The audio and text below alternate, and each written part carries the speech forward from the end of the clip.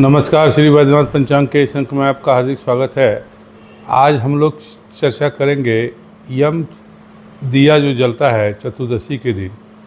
तो धनतेरस और चतुर्दशी और दीपावली ये 3 दिनों का व्रत है, 3 दिनों का पर्व है और तीनों में दीपदान का विशेष महत्व बतलाया गया है। शास्त्रों में ऐसी चर्चा आई है कि स्वास्थ्य तो सबसे बड़ा धन है। उसके प्रवर्तक आयुर्वेद के प्रवर्तक धन्वंतरी जो समुद्र मंथन के समय त्रयोदशी के दिन समुद्र मंथन से वो प्रकट हुए थे और उसी तरह से यम के निमित्त दीप दान किया जाता है।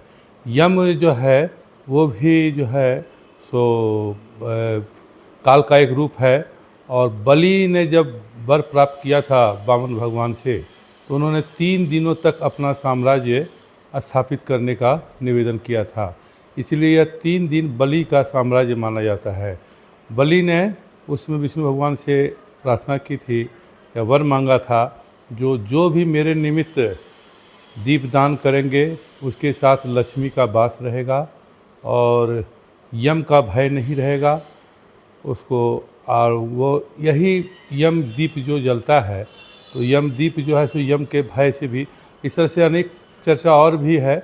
जैसे यमदूतों से यम ने पूछा था, जो तुम्हें कभी किसी की मतलब मृत्यु पर कोई तकलीफ़ हुआ था उसको, उन्होंने एक कथा बतलाई थी। जो एक हंस राजा थे उसके साथ ऐसा ऐसा हुआ। उनके छोटे बच्चे को मैंने जब ले जाने के लिए प्रयास किया उसमें हम लोग को बहुत तकलीफ़ हुई। तो उन्होंने फिर यम से पूछा जो कोई ऐसा नहीं उपाय है जिससे आदमी का अकाल मृत्यु ना हो। तो उन्होंने कहा था जहाँ एक दिन ऐसा है कार्तिक मास के कृष्ण चतुर्दशी के तिथि को दिन अगर यम की प्रीति के लिए दीपदान दिया जाता है तो अकाल मृत्यु से बचते हैं। तो हम लोग देख रहे हैं पहले दिन जो है आयु के निमित्त दीपदान किया जाता है। दूसरे दिन यम की भय की निवृत्ति के लिए दीपदान दिया जाता है और फिर तीसरे दिन लक्ष्मी की प्राप्ति के लिए दीपदान दिया जाता है। दीपदान ही प्रमुख माना गया है।